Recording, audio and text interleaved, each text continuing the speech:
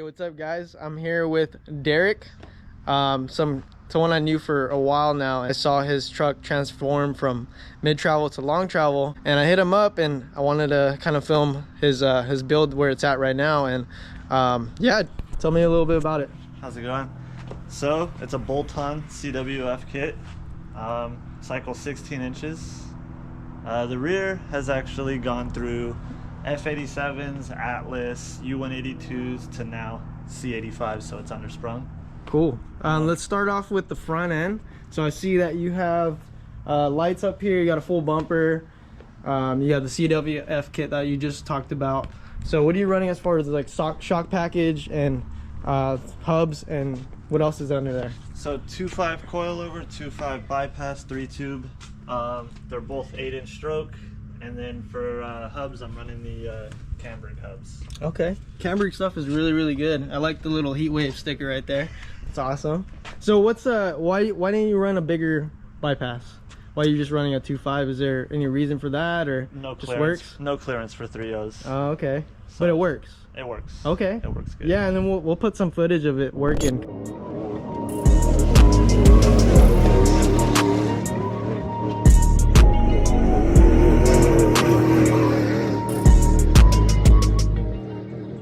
Derrick drives the piss out of this thing, and it just works so well. And it's not too much. I mean, you just have the CWF kit, which is basically a full bolt-on kit, right? It's 100% bolt-on. A lot of guys actually aren't running bypasses with their kit. They're running bumps and coilover. Okay. So I'm actually one of the very few that is running a bypass. And you can tell a difference?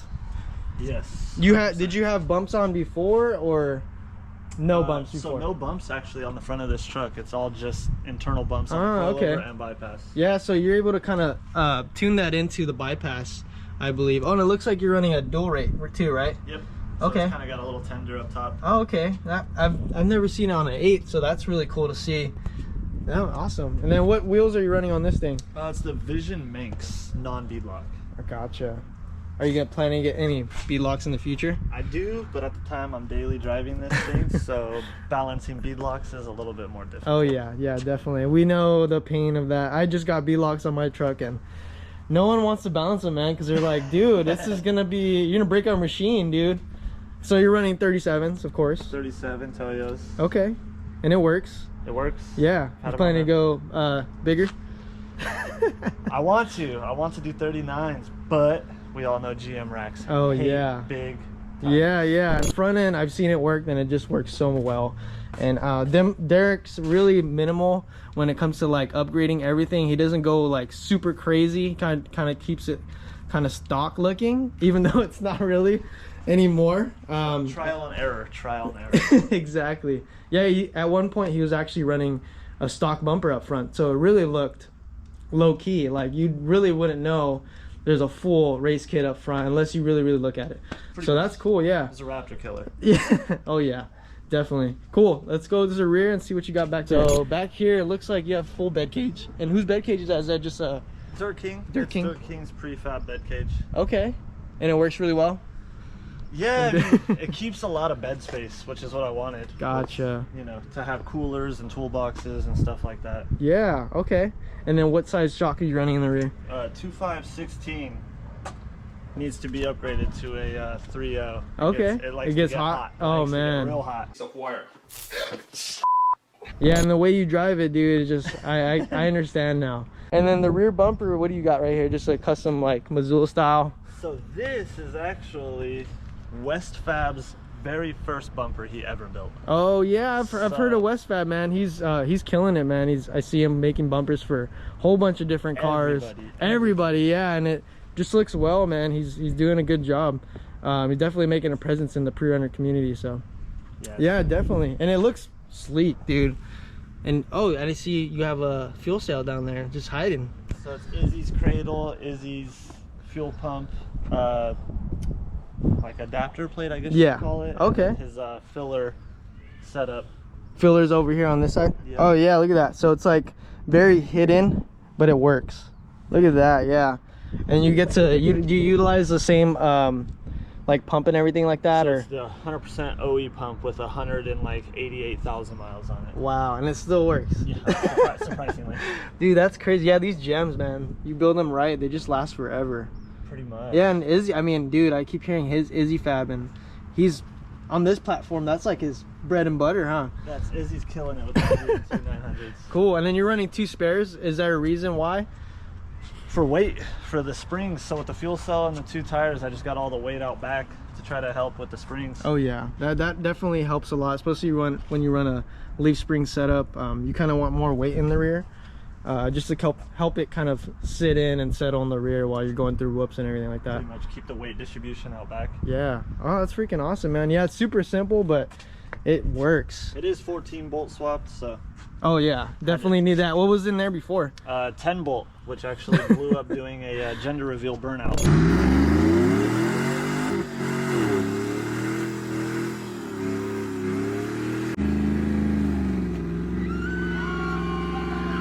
Oh yeah, we love those things. So, yeah, I mean, it's for a good cause, so that's all that matters. And then you upgrade it at the end of the day. it works. Yeah, that's freaking cool. And then I don't know if you remember, if you talked about the springs. What springs are they? So it's Deaver's C85, which is underslung. Ah, gotcha. And then you just recently put that on there, right? Like a week or 2 ago. Oh, gotcha. So Okay. it has 0 dirt miles. Yeah. I have no idea. I'm gonna end up having to revalve and all that stuff. So. Dude, that is Actually, awesome. we're with Pat, so he's gonna revalve it all, so it'll end up working. Oh yeah, shout out to Patrick Cox, man. He's killing it with those rebuilds and doing the suspension tuning. I mean, yeah, dude. I think a lot of these guys. He's a 1-day turnaround too, so. Oh yeah, hit him up if you guys need shocks done, man. He's definitely a guy to hit up when it comes to shocks or shock tuning, and he's local to us, kind of. He's not too far, so that's even a plus. Yeah, I'm excited to see how that rear end does, because I know you had the leaf over for a long time. So thankfully, you know, buddy Devin down the street who lives by me, he ended up helping me out with the undersprung. So yeah, and then we're gonna be doing an episode with his truck too, hopefully, because he has a really cleanly built GMC Sierra, right? Really sacred GMC. Yeah. Keep it under wraps. Dude, yeah, like literally, it's fully built, and there's not many videos or photos of it because he's kind of like a low-key kind of guy. Let's go to the engine. Let's see what we got down there. Nothing impressive. So we'll pull the hood open. So is it the 5.3? It's the 5.3. It still has DOD. It's actually DOD deleted through the tune, but it's still in the actual motor. Gotcha. Okay. But it's uncracked, 188,000 miles. Oh man, and it's running like a champ. I don't know how. Especially the way you drive this thing, man. The burn yard overheated and started pissing out every fluid. Oh yeah.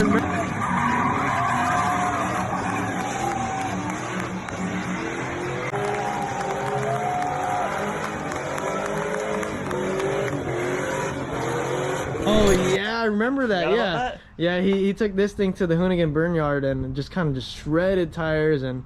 Yep. And it's still running, so that's good. And so you have intake. Is that Volant? It's a Volant intake. Okay. Long tube headers, and then let's see if we can see the headers. It's just a custom dyno tune, and that's literally it. Oh, okay. So, but it keeps the reliability of this motor intact, and still turnkey. Drive it anywhere, all day, every day. Yeah, drive it to work now, every day. Every day it goes to work. Dude, and then you go on the weekend, and this thing's just mobbing through some whoops. So, pretty much the perfect daily driver, I think so.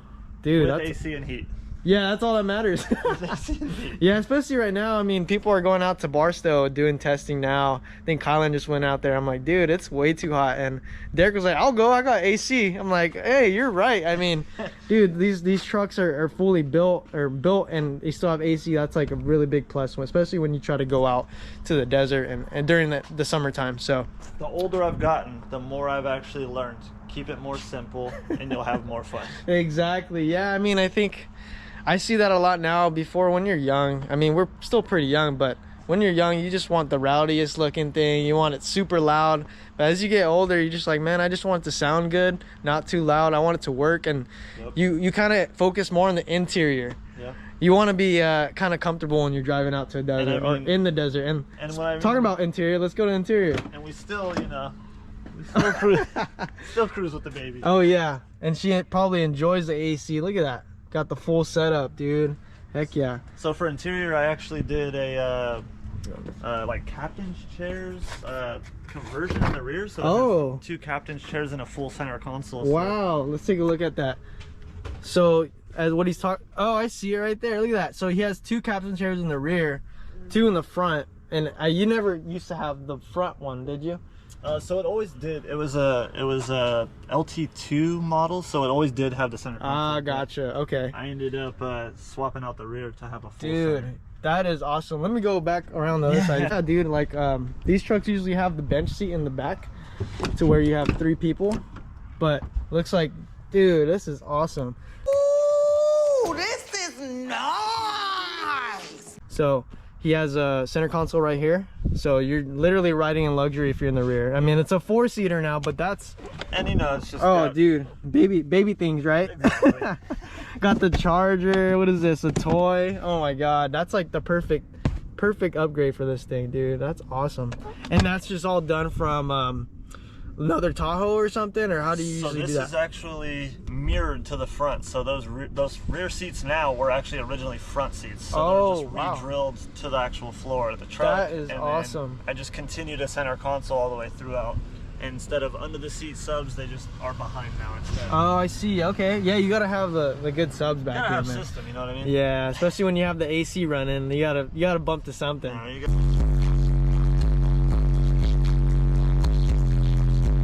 gotta have something. Dude, yeah. We'll come to the front and see what you got done up here. I know you used to have a hoon handle. You got rid of it? I took it out. So you used to have one right here, but yeah, you took it out. It wasn't working well, or what was wrong with that? I took it out when I did the 14 bolt swap. Oh, I gotcha. And that was just because I swapped all the lines out and stuff. So. That makes sense. Okay. But yeah, as far as interior, it's like really clean. There's nothing too crazy.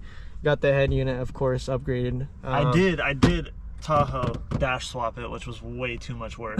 It was so not worth it. Oh man, yeah, and I think like the older the car, they always have cracks up top, don't they? Yeah. The dash starts cracking, so it's like you either put an overlay up top, which I don't think looks as good as you can swapping. tell it's there. Yeah, exactly. So I think, yeah, if you're trying to get rid of those cracks, changing the whole dash is probably the way to go. Even this one started cracking. So. Oh, really? Already? Yeah, already. Oh my goodness, all that work, huh?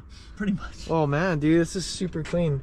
Are you planning to get any PRPs or any type of bucket seats in the front like that? So before, when I was actually not daily in this, I actually had buckets in it, and they were still hooked up to power and all that stuff, and it was pretty cool. That's rad. And then I started dailying it, and you know, my fiance got pregnant, and getting in and out of the truck was just too much of a hassle, so swapped it back in. Stock seats are back in it. Yeah, and I mean, you can't really get the same amount of kind of comfort compared to from a stock seat. Yeah, exactly. And you have all like full range of forward, back, and you have like the little lumbar support stuff. So yeah, that's really cool, dude. Yeah, this is a clean truck. Did you ever change the headliner back, or is it still the stock one? It was swapped to 14 through 18, and then I had the Starlight headliner in it, and I went back to stock. Got over it. So a lot of things went like in the direction that I just kind of got over and went back to stock because I was like, oh, stock's kind of cool. So one thing with Derrick is he like kind of does these things to where he gets bored and starts doing different other things, and then sometimes we'll go back to what it was before.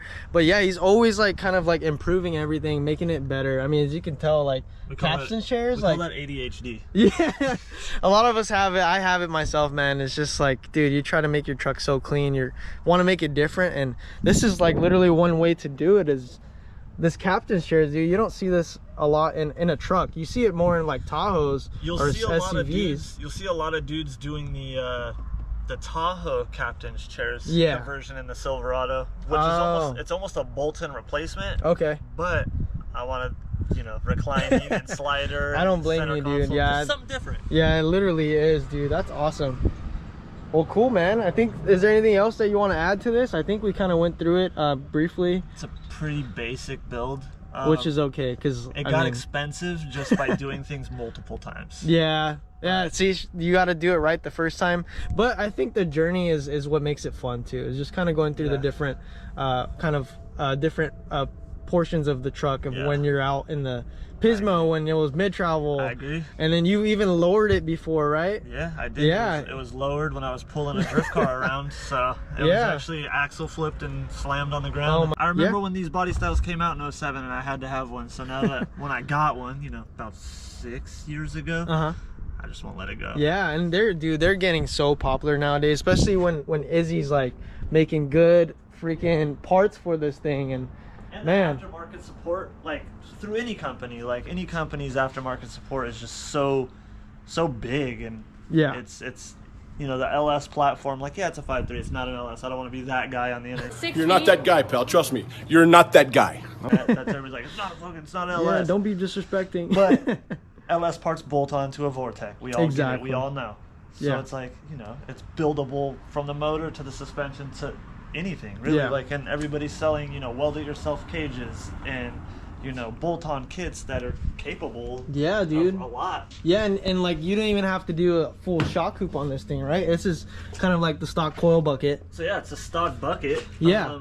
And that's really huge because it's less fab work. I mean, you had to fab this up for the bypass, but if you just want to run this kit and then get this shock, you're already pulling what, 17 inches, 16 and a quarter, and which that's is metal. That's plenty. metal on metal, so it's strapped at, or no, sorry, it's 17 metal on metal, and it's strapped at 16. Oh yeah, definitely. And that's a Jeremy lot. at CWF, he killing it with these bolt-on kits because they're not claiming to be a race kit. They're a bolt-on kit that utilize a stock bucket that's still, you know, cycle a decent 16 inches. Dude, of travel. 16 inches of travel is plenty, especially when you're out without a cage anyways. Exactly. Dude, there's only so much you can go in a truck like this. 40, 50 miles an hour across bumps, you know, you could still get hurt. Exactly. So. Yeah. So usually with stuff like this, 16 inches of travel is already a lot. And that just means you got to beef up the rear even more, where you're getting a lot more travel because you're able to, the front's just going to be floating anyways. So the truck for now, I think the next big upgrade would be a cage. Definitely. Safety for sure. Oh yeah, definitely, dude. It's just, and it also helps the rigidity of keeping your frame. Keeping everything together. Exactly, yeah. Yeah, that's a huge thing because I'm running into that with my truck. We're planning to do like a panhard link, but it's like you're going to be able to go so much faster. You're going to want a cage. Once you link your truck, take it out one time, realize how dangerous it is, and you'll end up caging it. Oh yeah, definitely. So I guess I have something to learn. We'll see. Hopefully it's soon, man. My truck's been in the works for a while, so I'll make a video maybe eventually, but my friends have better trucks than mine, so this is his truck's always under wraps, parked on the corner. Yeah, you can't even see it, so I didn't want it to show up in the video, but yeah, dude, I think we went through everything, and yeah, keep it simple. Simple's king. And just go out and have fun and enjoy your cars. Dude, quote by Derrick Murray right here. Just enjoy your cars. Go out and have fun. Exactly. Yeah, I mean, there's so many trucks out there that are fully built. People are buying fully built trucks, but yeah, that's cool, but you don't get to enjoy the process of building it, where you're like kind of making it yours. It's a different feeling knowing a lot of the bolts that you, or even like collectively like friends like Devin, Krishna, and Nick Hammett, and just friends of mine that have like put hands on it, so that like, you know, what's like, if something were to fail, you know where it failed. Yeah, exactly. Which is a good feeling because you've been through the whole thing. Exactly. Yeah, and then it kind of gives you a good peace of mind, like, hey, yeah, I went through everything this weekend. Exactly. And I know I'm good. Especially when you buy a truck that's kind of already built, you don't really know what was gone through on that thing. Like maybe a Heim's messed up. Exactly. Awesome, guys. Yeah, it's the first series of hopefully many more. I'm just trying something new, and yeah, I hit up Derrick. He's been a long friend of mine, and we've been in this truck scene for a while, and kind of saw both of our builds go through each step. I was like, dude, that'd be a great video to kind of show what you have done to it, because for me, I know how far it's came. Yeah. And it's bought off the lot with lift spacers. Oh god, yeah, get rid of those damn lift spacers, man. I know it's cheap, but at least get a coilover. It's just gonna ride so much better. Exactly. Do it right Cool. the first time. Exactly. That's wise words right there. Do it right the first time and save the money. Just do it right and you'll be good to go. Safer. Yeah, and safer. And safer. Cool, man. Well, hopefully you guys enjoy this video. Hit that like button, subscribe. Hopefully I earned your subscription, and dude, yeah, hopefully you can do more of these, and we'll get some videos, maybe even mobbing in the desert with these guys. Yeah. So